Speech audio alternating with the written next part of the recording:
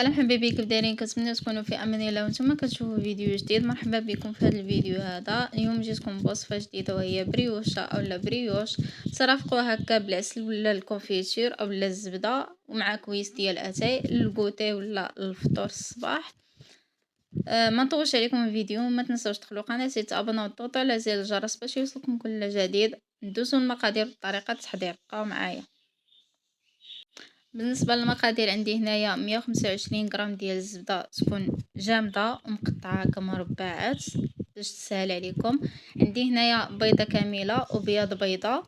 عندي نص معلقه صغيره ديال خميره الخبز، وهنايا صفر بيضه للدهن، معلقه صغيره ديال خميره الخبز، نص معلقه صغيره ديال الملحه. عندي هنايا 2 كيسان ونص ديال العنبه ديال الدقيق. عندي 3 معالق كبار ديال السكر سنيده والحليب للعجن. هنايا طريقه التحضير، غادي ندير الزبده هي الاولى وغادي ندير مع السكر سنيده وغادي نخليهم يتجانسوا مع بعضياتهم في العجان باش يولي للخليط على شكل كريمه. ومن بعد تلاقاو، بقاو معايا.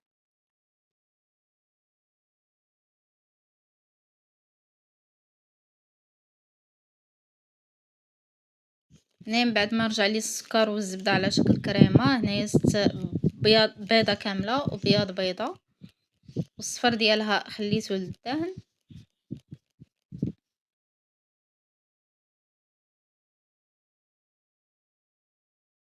هنايا غادي نزيد الدقيق، الدقيق هنايا وغادي نخليه يتجانس مع بعضياته مع الزبده والسكر والبيض، وغادي نزيد خميره الخبز والملحه ونخليه يتجانس المقادير كاملين حتى تولي لي على شكل مرمله، تترجع لي مرمله.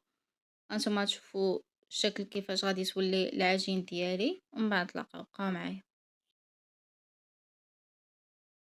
هنايا عفوا نسيت الملحه، نص معلقه صغيره ديال الملحه، وغادي نولي نعجن العجين ديالي كامل بالحليب دافي. ومن بعد تلاقاو، بقاو معايا.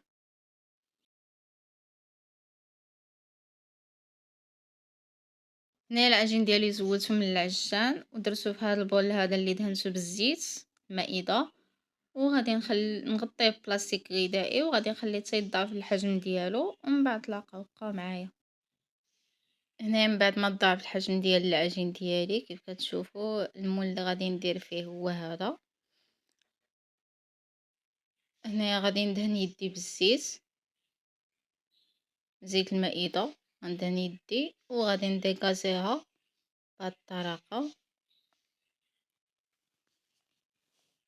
هنايا غادي نهزوها عشوائيه بعد ما نديكازيوها، وغادي نبدا نهزها عشوائيه من العجين، نبدا نهز طريف ونحطوها هكا بهذه الطريقه هذه في المول، ونكمل العجين ديالي كامل ونقادو مزيان.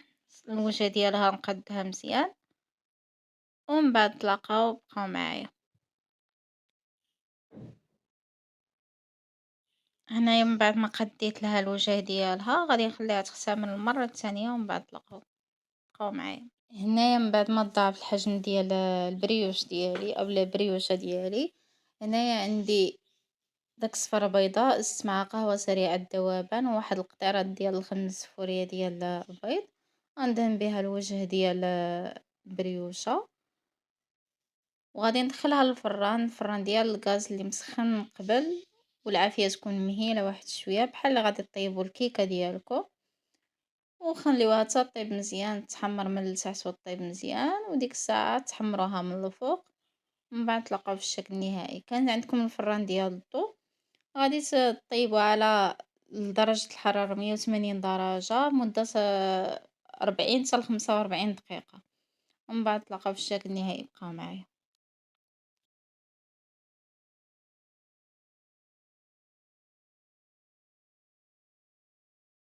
هنا من بعد ما وجدت لي بريوشه، هانتوما كيف كتشوفوا كتجي بحال هذا الشكل هذا، كتجي رائعه. واحد الريحه ما كتبقى في الدار نهار كامل، واحد الرائحه يا سلام ما تشبعوش منها. ممكن تزوقوها من الفوق باللوز ايفيلي مني دهنوها بالبيض، اولا ممكن ترشوا عليها جنجله، ولا ممكن تخليوها هكا سامبل. أنا خليتها هاكا سامبل مدهنتها غير بالبيض. ها نتوما غادي نقطع معاكم واحد الطريف تشوفوه. كتجي مفشفشة كي القطن، كتجي رائعة بزاف. هنايا كانت سخونة، كانت مازال سخونة، كتجي رائعة يا سلام، ما تشبعوش منها. ترافقوها هكا مع ديروا من فوق منها الكونفيتور ولا العسل، وترافقوها مع ها نتوما غادي تشوفوا دهنتها بالكونفيتور انا هنايا، وترافقوها مع كويسة اتاي. بسم الله.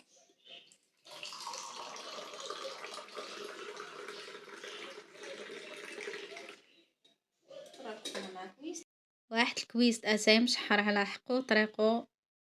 نتمنى تعجبكم الوصفه ديال اليوم. ما تنساوش تدخلوا قناتي، تابوناو، تضغطوا على زر الجرس باش يوصلكم كل جديد، وديما غادي نوعدكم بالجديد ان شاء الله الرحمن الرحيم.